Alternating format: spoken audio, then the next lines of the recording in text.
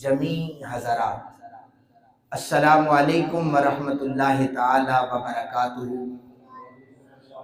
اللہ رب ذوالجلال کا ہم پر احسان ہے، اس نے ہمیں ایک مرتبہ پھر اپنے گھر میں بیٹھ کر اپنا اور اپنے حبیب مکرم صلی اللہ علیہ وآلہ وسلم کا ذکر کرنے کی توفیق عطا فرمائی ہے۔ یہ جو ایکو ہے اس کو آپ تھوڑا سا کم کر دیں، یہ بہت زیادہ شور آ رہا ہے، آواز اتنی رہے، ٹھیک ہے۔ دعا کریں کہ اللہ تعالی ہم سب کا یہاں بیٹھنا اپنی پاک بارگاہ میں قبول و منظور فرمائے۔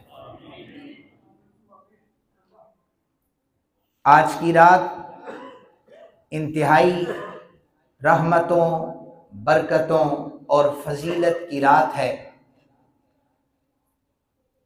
اللہ رب ذوالجلال اس رات کے صدقے سے ہم سب کا یہاں بیٹھ کر اپنے حبیب مکرم صلی اللہ علیہ وآلہ وسلم کا ذکر کرنا قبول اور منظور فرمائے۔ قرآن حکیم میں بھی تلاوت کرتا ہوں، آپ بھی تلاوت کرتے ہیں۔ یاد رکھیں، سب سے پہلی بات، اس وقت امت پر سب سے بڑا احسان جو ہے میرے سید عالم صلی اللہ علیہ وآلہ وسلم کے صحابہ کرام کا ہے، جن کی محنتوں سے صبح و شام، جن کی کاوشوں سے قرآن پاک جیسی عظیم دولت، عظیم نعمت امت محمدیہ صلی اللہ علیہ وآلہ وسلم کو عطا ہوئی۔ یہ صحابہ کرام کا ہم پر کرم ہے، اور قیامت تک اس احسان کو جو بھول جائے گا وہ حضور کا بے وفا ہو جائے گا۔ اور جو ایک صحابی کا بھی، جو صحابی ہیں ان کی بات کر رہا ہوں، ایک صحابی کا بھی انکار کرے گا گویا وہ نظر رسالت مآب صلی اللہ علیہ وآلہ وسلم کا انکار کر رہا ہے۔ نبی اکرم صلی اللہ علیہ وآلہ وسلم کے قرون اولیٰ کے مفسرین میں 6 نام ہمارے سامنے ہیں۔ حضرت عمر بن خطاب، حضرت ابو درداء رضی اللہ تعالی عنہ، حضرت زید بن ثابت، حضرت عبداللہ بن مسعود، حضرت ابی بن کعب، اور تاجدار حلعتہ حضرت علی المرتضیٰ کرم اللہ وجہہ الکریم کی ذات مبارکہ رضی اللہ تعالی عنہم اجمعین۔ یہ 6 صحابہ کرام ہیں جو قرآن پاک کے مفسرین میں سے آتے ہیں۔ انہوں نے قرآن پاک کو ہر حرف کو، ہر نقطے کو اکٹھا کیا اور امت محمدیہ صلی اللہ علیہ وآلہ وسلم تک پہنچایا۔ حضور کے زمانے میں حضرت ابی بن کعب، حضرت عبداللہ بن مسعود، اور حضرت عبداللہ بن مسعود کے حوالے سے میرے اور آپ کے آقا صلی اللہ علیہ وآلہ وسلم فرماتے ہیں کہ جب میں کسی بھی علاقے کا گورنر، کوئی عہدہ اگر میں بغیر مشورے کے کسی کو دینا چاہوں تو وہ عبداللہ بن مسعود رضی اللہ تعالی عنہ کی ذات ہے۔ میں قرآن پر گفتگو کر رہا ہوں۔ سین حرم میں جس نے سب سے پہلے الرحمن علم القرآن، سورہ رحمان کو بلند آواز سے پڑھا، وہ ذات مبارکہ بھی حضرت عبداللہ بن مسعود رضی اللہ تعالیٰ عنہ۔ پتلی سی ٹانگیں تھی، آپ پتلے سے تھے، دبلے سے تھے۔ کہنے لگے کہ نبی اکرم صلی اللہ علیہ وآلہ وسلم سچے ہیں، دین سچا ہے، تو پھر ہم ڈر کر کیوں پڑھ رہے ہیں، ڈر کر تلاوت کیوں کر رہے ہیں؟ سین حرم میں جانے لگے تو حضور کے صحابہ نے عرض کی کہ عبداللہ بن مسعود سنبھل کے جانا، یہ جو حضور کے دشمن ہیں تمہیں نقصان پہنچائیں گے، پتلے سے ہو۔ تو ویسے بھی جو کمزور ہوتا ہے اس پر ہمارا روب تھوڑا زیادہ چلتا ہے، یہ اس دور کا طریقہ ہے۔ ادھر بھی چلتا تھا ادھر بھی چلتا ہے, جو ضعیف و کمزور اس پر ہم روک جما لیتے ہیں. تو انہیں بتایا کہ عبداللہ بن مسعود دیکھو تم پتلے دبلے ہو تو یہ کافر نقصان پہنچائیں گے. عبداللہ بن مسعود کہنے لگے اگر تو ہمارا دین سچا ہے, اگر تو ہمارے رسول سچے ہیں, تو عظمت رب کعبہ کی قسم ہے میں سورہ رحمان کو تلاوت کرنے لگا ہوں, اگر میری جان بھی چلی جائے تو ساری جانیں میرے حضور کے قدموں پر ہم قربان کرنے کے لیے تیار بیٹھے.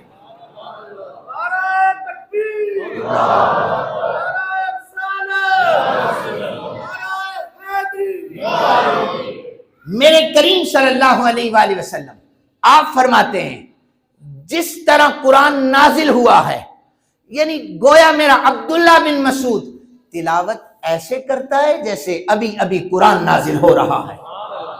ابی بن کعب مفسر قرآن ہے. حضرت ابی بن کعب وہ صحابی ہیں جنہوں نے سب سے پہلے تراویح کی جماعت کروائی ہے. حضرت ابی بن کعب جلدی جلدی کسی کی بات مانتے نہیں تھے, آپ بحث و تکرار کیا کرتے تھے, پھر جا کر اگر کوئی قائل کرے تو اس کی بات مان لیا کرتے تھے.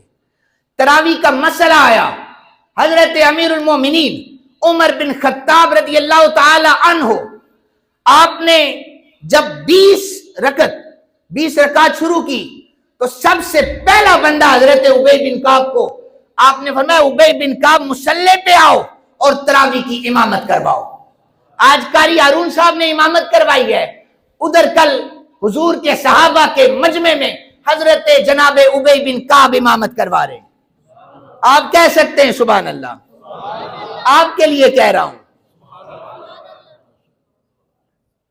سورہ بینہ نازل ہوئی, میرے اور آپ کے آقا صلی اللہ علیہ وآلہ وسلم آپ کو حضرت جبریل نے آ کر پیغام دیا ابی کے گھر چلے جائیں اور ابی سے کہیں کہ اللہ آپ کی زبان سے سورہ بینہ کو سننا چاہتا ہے. حضرت ابی بن کعب کہنے لگے حضور آپ صاحب قرآن ہیں, میں کیسے تلاوت کر دوں؟ حضور نے فرمایا ابی مسئلہ یہ نہیں ہے کہ قرآن میرے قلب اطہر پر نازل ہوا ہے, مسئلہ یہ ہے اللہ چاہتا ہے کہ تو تلاوت قرآن کرے. زید بن ثابت حضور کے صحابی ہیں, امت پر حضرت زید بن ثابت کا بہت بڑا احسان ہے.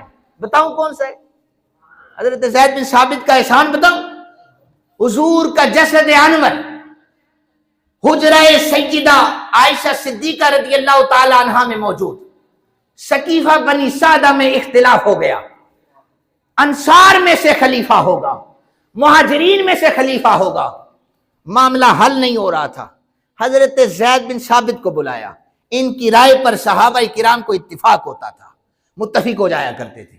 زید بن ثابت گئے, کہا زید آپ فیصلہ کریں. زید کہنے لگے دیکھو جب مہاجرین یعنی مکہ پاک سے ہجرت کر کے حضور آئے, سارے مہاجر تھے, تو ایک مہاجر ہی تو تھا جس نے اسلام کی دعوت دی, تو ہم سب نے اس کو اپنا لیڈر مانا تھا.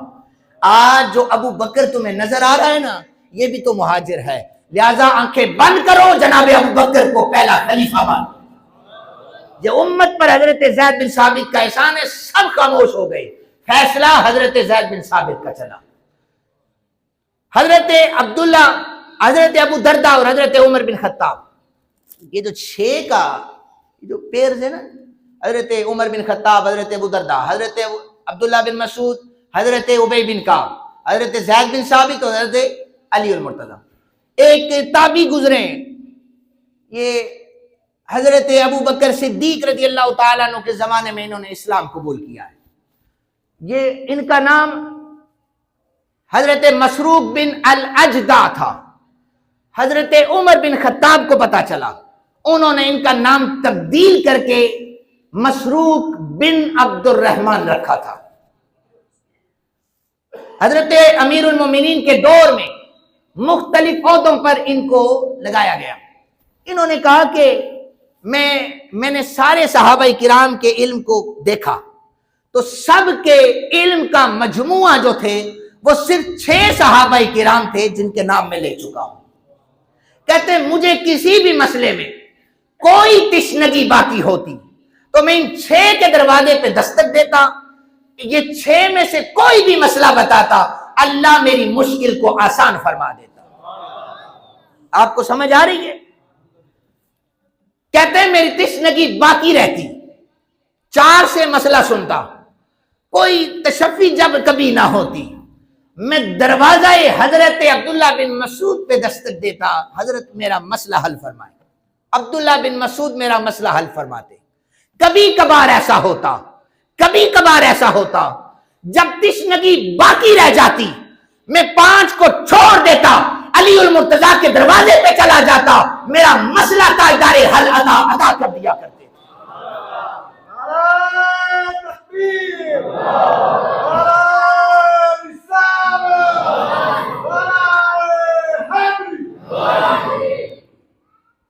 امام بہقی نے لکھا ہے، اور تفسیر در منصور میں بھی امام جلال الدین سیوطی رحمت اللہ تعالی علیہ نے فرمایا کہ اللہ تعالیٰ نے جتنے علوم تھے وہ سارے کے سارے 120 صحائف میں رکھے، وہاں سے سارے علوم جمع کر کے 4 آسمانی کتابوں میں رکھے، ان چاروں کا علم اکٹھا کر کے قرآن پاک میں رکھا، اور قرآن پاک کا سارا علم جمع کر کے سورہ فاتحہ میں رکھا، سورہ فاتحہ کا سارا علم جمع کر کے جتنے بھی اس میں علم تھے، جو چھپے ہوئے راز تھے، وہ جمع کر کے بسم اللہ شریف میں رکھے۔ فرمایا بسم اللہ شریف میں جتنے علوم تھے وہ جمع کر کے بسم اللہ کی با میں رکھے، اور با کے سارے علوم کو جمع کر کے با کے نقطے میں رکھے۔ کس میں رکھے؟ حضرت علی المرتضیٰ تاجدار حل عطا فرماتے انا النقطۃ تحت البا، وہ جو با کا نقطہ ہے میں علی المرتضیٰ ہوں، وہ با کا نقطہ میں خود علی ہوں۔ تو پتہ یہ چلا کہ صحابہ کرام رضوان اللہ تعالی عنہم اجمعین میں حضور کے فرمان کے مطابق صحابہ نے جسے اپنا مولا مانا ہے، علمی دنیا میں بھی ظاہری دنیا میں بھی، چلتے پھرتے اٹھتے بیٹھتے بھی، وہ ذات حضرت شیر خدا مولا مرتضیٰ کرم اللہ وجہ الکریم کی ذات مبارکہ ہے۔ خود حضور نے فرمایا علی مع القرآن والقرآن مع علی، حضور نے خود فرمایا ہماری جو اس وقت ایک گراؤنڈ تیار کیا جا رہا ہے وہ یہ ہے کہ جو اہل بیت کے مقابلے میں تھے انہیں لا کے سامنے لے آؤ امت کو، اور امت کو ایک اختلاف کا رخ دے دو، جبکہ یہ صحابہ کرام ہمارے سروں کا تاج ہیں، ہم نے مقابلہ شروع کر دیا ہے۔ لیکن سنیں عبداللہ ابن عباس حبر الامہ ہیں۔ کون ہے عبداللہ ابن عباس؟ عبداللہ ابن عباس کو میرے رسول کائنات صلی اللہ علیہ وآلہ وسلم نے 2 مرتبہ سینے سے لگایا، فرمایا اللہ عبداللہ بن مسعود کا جو جسم میرے ساتھ جڑ رہا ہے اسے علم سے لبریز فرما دے۔ عبداللہ ابن عباس امت کا سب سے بڑا عالم، سب سے بڑا امام، کہتے ہیں میں تو شاگرد ہوں حضرت علی المرتضیٰ کرم اللہ وجہ الکریم کا۔ وہ عبداللہ ابن عباس کہتے ہیں اس آیت مبارکہ کی وہ اب تفسیر کریں، وَقِفُوهُمْ إِنَّهُمْ مَسْئُولُونَ، پل صراط پر روکا جائے گا، روک کر پوچھا جائے گا صغیرہ گناہ کبیرہ گناہ۔ حضرت عبداللہ ابن عباس کہتے ہیں کہ وہاں پر وَقِفُوهُمْ إِنَّهُمْ مَسْئُولُونَ روک کر پوچھا جائے گا سئلہ عن ولایت علی ابن ابی طالب، علی کی ولایت کے بارے میں کیا کہا کرتے تھے؟ بولے نا حضرت علی پر خاموش ہو گئے آپ، بلند آواز سے بولے۔ ابو سعید خدری رضی اللہ تعالی عنہ آپ فرماتے کننا نعرف المنافقین ببغضہم علیہ، ہم اپنے دور میں، یہ ماضی استمراری ہے، اس دور میں بھی قیامت تک جب دل کرے علی کا ذکر کرے مومن اور منافق کی پہچان ہو جائے گی۔ اللہ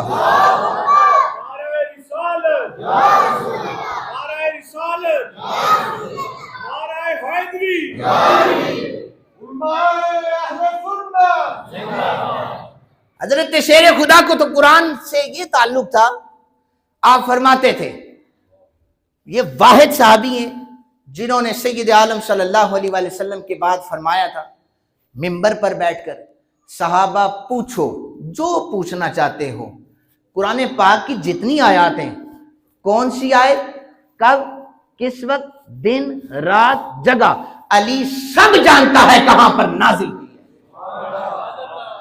علی سب جانتا ہے۔ تو یہ ربط اس لیے بتا رہا ہوں کہ صحابہ کرام رضوان اللہ تعالیٰ عنہم اجمعین کا قرآن پاک سے محبت اور دسترس کتنی تھی۔ آگے چلتے ہیں، یہ سیاستہ میں روایت موجود ہے۔ صحابہ کرام تو فرماتے ہیں کہ ہماری اونٹ کی نکیل بھی گم ہو جائے تو قرآن سے ہم ڈھونڈا کرتے تھے،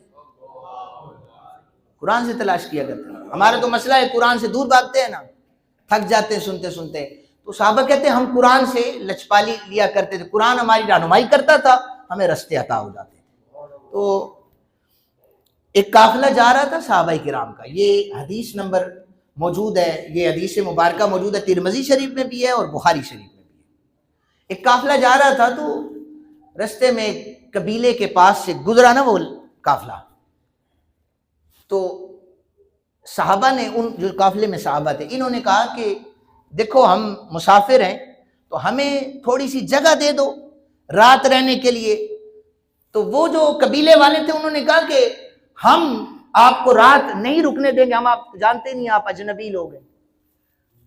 تھوڑا سا وقت گزرا، وہ جو قبیلہ تھا اس کے سردار کو کوئی مرض لاحق ہو گیا، اس کو کوئی مرض لاحق ہو گیا۔ انہوں نے مختلف قسم کے ڈاکٹر حضرات بلائے، حکیم بلائے، وہ مرض ٹھیک نہیں ہو رہا تھا۔ انہوں نے کہا یہ جو قافلہ رکا ہے نا، قریب سے گزرا ہے، اس قافلے میں سے پوچھو، ہو سکتا ہے ان کے پاس کوئی علاج ہو۔ وہ قافلے والوں کو جا کر کہنے لگے ہمارا جو سردار ہے بیمار ہو گیا ہے، آپ مہربانی فرمائیں اگر آپ کے پاس کوئی دم درود ہے۔ کہتے ہیں یہ دم درود والے ہیں۔ میں نے کہا اللہ کی عزت کی قسم، صحابہ بھی دم درود والے تھے، میں حدیث پڑھ رہا ہوں، صحابہ بھی دم درود والے تھے۔ کیا تھے؟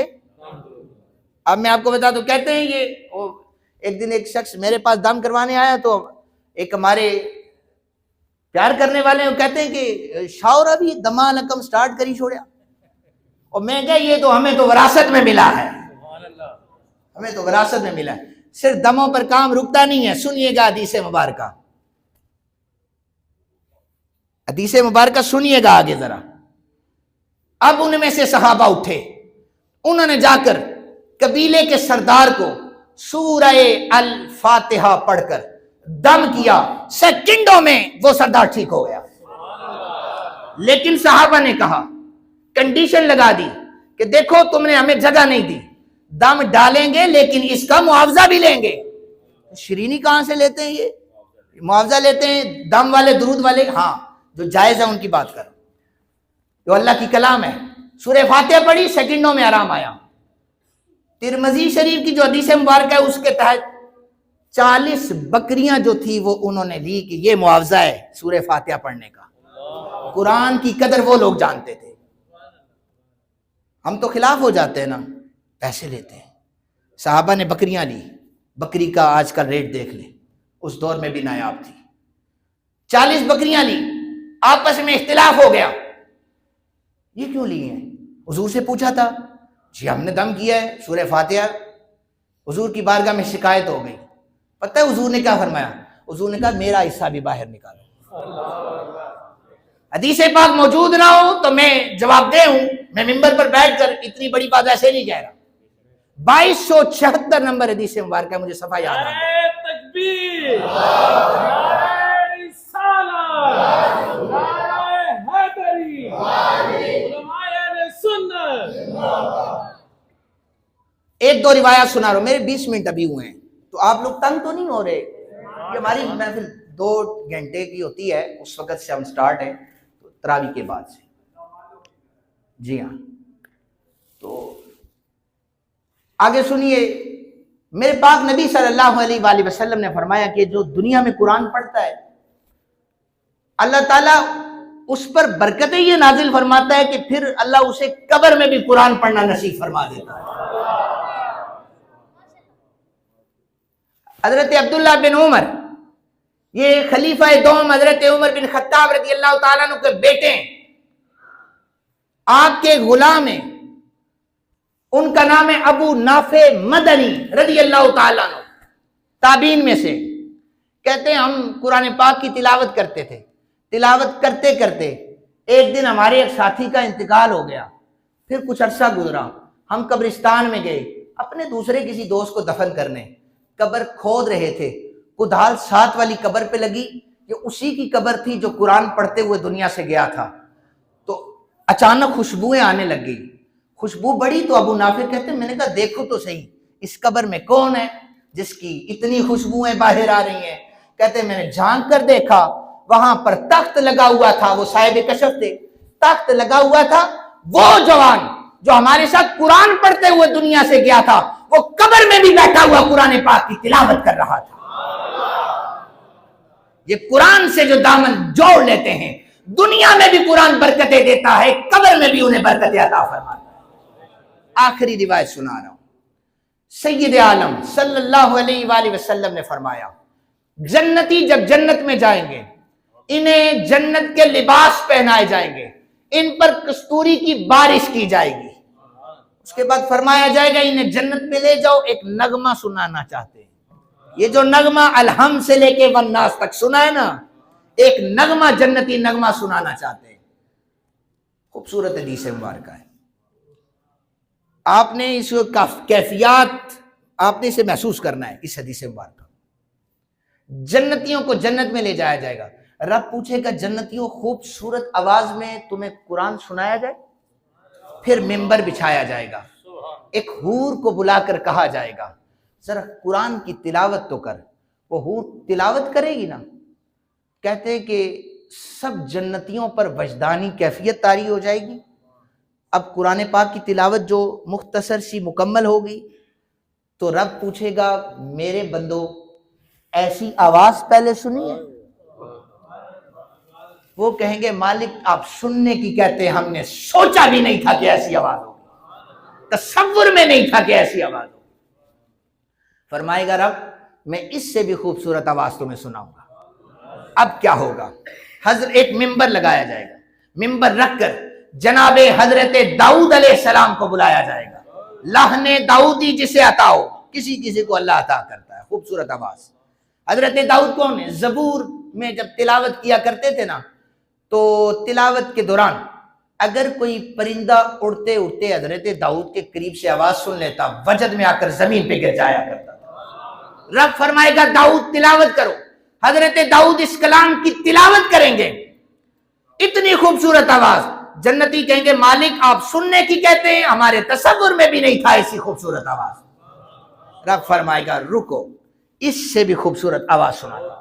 اب وہ ممبر لایا جائے گا جو پہلے کبھی نہ سجا تھا، جس پر پہلے کوئی نہ بیٹھا تھا، اعلان ہوگا میرے محبوب کو لے آیا جائے، سب سے خوبصورت آواز کی تلاوت سنائی جائے گی، سب سے پیاری آواز میں قرآن سنایا جائے گا، اس ممبر پر آمنہ کے لال جناب محمد رسول اللہ جلوہ گر ہو جائے گا۔ فرمایا جائے گا سورہ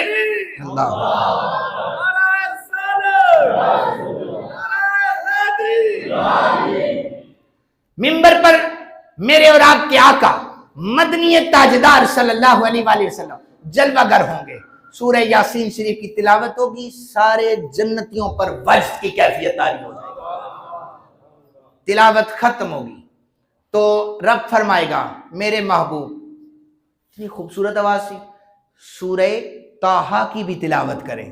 اب میرے اور آپ کے آقا سورہ طٰہٰ کی تلاوت کریں گے، تلاوت ختم ہوگی، رب پوچھے گا جنتیوں یہ بتاؤ کیسی آواز تھی؟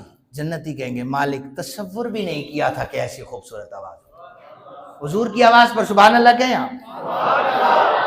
اس کلام کو ایسے ہی پڑھا کریں جیسے آپ سوچا کریں یہ وہ کلام ہے جو ہمارے آقا کریم صلی اللہ علیہ وآلہ وسلم کے قلب اطہر پر نازل ہوا ہے۔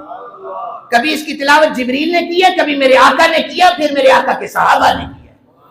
اس طریقے سے سوچ کر پڑھا کریں، آپ دیکھیں لذت کتنی آتی ہے۔ اب پتہ ہے کیا ہوگا؟ رب فرمائے گا تمہیں اس سے بھی خوبصورت آواز میں قرآن نہ سناؤں؟ حضور کی آواز سے بھی پیاری آواز۔ اب کیا ہوگا؟ رب خود جلوہ گر ہو جائے گا، اپنی قدرت کاملہ سے جلوہ گر ہوگا، اس قرآن کی تلاوت رب خود کر کے بتائے گا۔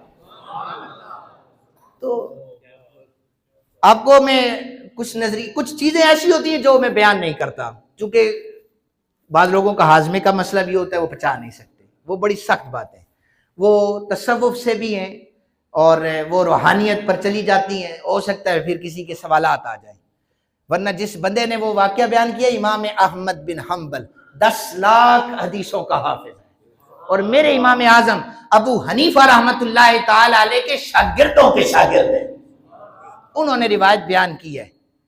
بارہ روایت یہ ہے کہ اللہ تعالیٰ فرماتا ہے، اس سے پہلے والا حصہ میں سکپ کر رہا ہوں، اللہ تعالیٰ علماء جانتے ہیں، اللہ تعالیٰ فرماتا ہے کہ جو میرے قرآن کی تلاوت کرے اسے بھی برکتیں ملیں گی، جو اس کا ترجمہ پڑھے، سمجھ کر پڑھے، اسے بھی برکتیں ملیں گی، جو سمجھ کر پڑھنے کے بعد عمل کرے اللہ اسے بھی برکتیں عطا فرمائے گا۔ سب سے ضروری اور آخری بات یہ ہے کہ قرآن پاک کو بھی سمجھیں جو اس میں چیزیں بیان ہوئی ہیں، اور اپنے دماغوں کو بھی تھوڑی سی وسعت دیں۔ کیا کہہ رہا ہوں؟ دماغوں کو۔ میں جب یہاں پر درس قرآن اور درس حدیث مبارکہ دیتا ہوں، قرآن پاک میں ظاہری طور پہ منافقین کا ذکر ہے، شرارتیں کرنے والوں کا ذکر ہے، شیطانوں کا ذکر ہے، فراڈ کرنے والوں کا ذکر ہے، ملاوٹ کرنے والوں کا سارے ذکر ہیں، یہودیوں نے کیے، عیسائیوں نے کیے ذکر قرآن میں۔ بس اتنا میں کہنا چاہتا ہوں کہ آپ لوگ اسلام آباد میں بیٹھیں اور ان چیزوں کو سامنے رکھا کریں کہ جو ممبر سے قرآن پاک کی تشریح ہو رہی ہوتی ہے وہ کسی ایک پر ٹارگٹ نہیں ہو رہی ہوتی، یعنی جب بھی کبھی ہم نے ذکر کیا ہے تو بعد میں ماشاءاللہ سلام دینے کے بعد ہمارے کان میں آواز ڈالی جاتی ہے، آج اسا کی منڈے آیا، اللہ نے بندو تسا کی کیاں منڈسا، اسا کیڑا کوئی جائیدادت سنل بنڈیا ہوئی، میں آپ کا امام ہوں، یہاں پر میری ڈیوٹی لگی ہے، قال اللہ و قال رسول کی، مجھے کیا لینا دینا کسی سے۔ قرآن پڑھ کر اپنی اصلاح کیا کریں کہ یہ قرآن ہماری رہنمائی کے لیے آیا ہے، قرآن ہماری لچپالی کے لیے آیا ہے، ورنہ دیکھیں نا قرآن کیا کہتا ہے، ان الصلاۃ تنہی عن الفحشاء والمنکر، نماز کس سے بچاتی ہے؟